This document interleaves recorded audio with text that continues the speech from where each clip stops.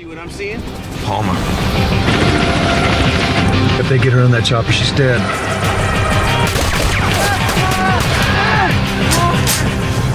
Look, you go after Leo, I'm going after Palmer. Got it.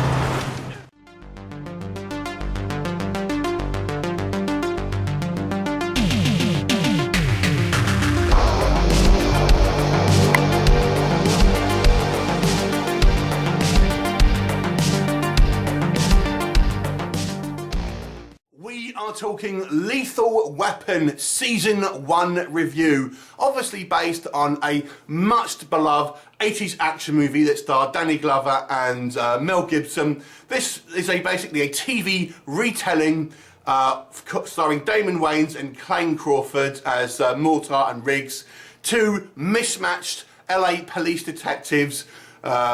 Riggs, basically played by Clayne Crawford, is this kind of unhinged kind of like maverick cop who is dealing with the tragic loss of his wife and unborn child, and this has kind of sent him into almost has a suicidal tendency to him, and he has ultimately a death wish where he kind of wants to join his wife and unborn child in the afterlife, and therefore takes a lot of kind of unnecessary risks. He's partnered with Damon Wayans' character, who is this kind of slightly older detective who is much more of a kind of a family man, a bit more kind of settled. He's kind of, he's told a few times people think he's a little bit boring here and there.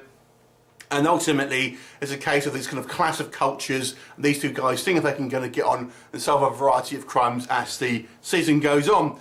Now, this season is very much a kind of episodic type TV show. There's not a whole lot of kind of through narrative. There is a little bit which we'll come on to, but for the majority of the episodes, they are self-contained, and very much it reminds me a lot of the kind of the CSI shows. If you've ever watched them, they feel a lot like that, but with a little bit more kind of action involved in them. So if you can if you've watched the CSI shows, you add in a few kind of shootouts and a few stunts, that's pretty much this TV show. With maybe a little bit of extra comedy in there as well.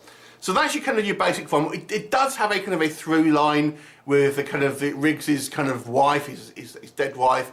Was she killed in an accident, or was it something more sinister? Obviously, you'll have to watch the season to find out. So what works and what doesn't work with Lethal Weapon, the TV show. I've got to say, for the most part, I really enjoyed this TV show. I thought the production value here was very good. I mean, the shootouts, the stunts, I've got to say they look very good quality. They almost look kind of movie quality to a certain degree.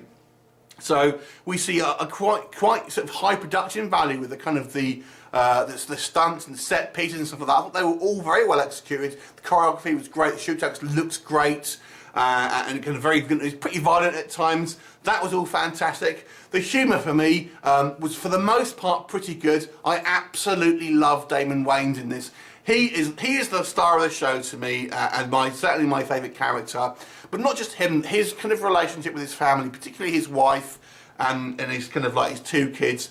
Their interactions are great. You know, he's really kind of the comedy gold, I've got to say. Damon Wayans has got great comics. I've been a fan of him for quite a while actually, and his whole family actually. And I really did like his banter with him and Riggs, but his kind of family dynamic I thought was great. Riggs, I'm a little bit less keen on, if I'm honest. I think Clayne Crawford does play him this kind of like cowboyish Texan kind of feel to it, which is obviously what he's meant to be from in this series. And I kind of like him. He does kind of seem quite unhinged, and he's quite good in an action scene, but sometimes his sort of comedy is very broad. And I've got to feel borderline cartoonish at times, and he's not the only character. They have a kind of a police captain who, again, just seems like a cartoon character to me. Doesn't seem like remotely like a kind of a real person, let alone a kind of a real police captain. The other thing I've got to say is there is this kind of running theme where Riggs is getting basically therapy through obviously coming back to kind of the police force after the death of his wife by Jordana Brewster's character, this kind of psychiatrist.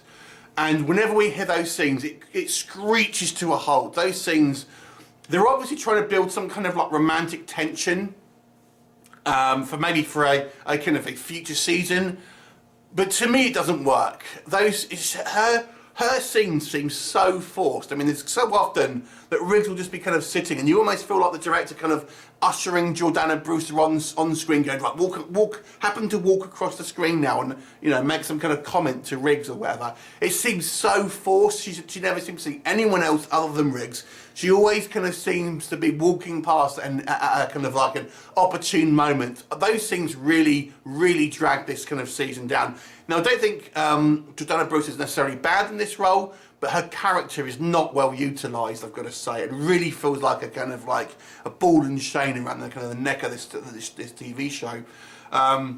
Now, we do have a little bit of a kind of romance happening with another character as the kind of the series progresses in regards to Riggs, but I've got a feeling that's going to be somewhat short-lived, I suspect, just to kind of like get him back in the game. And I think what will probably happen is either next season or the season after, Riggs and this kind of this psychiatrist woman will probably get together.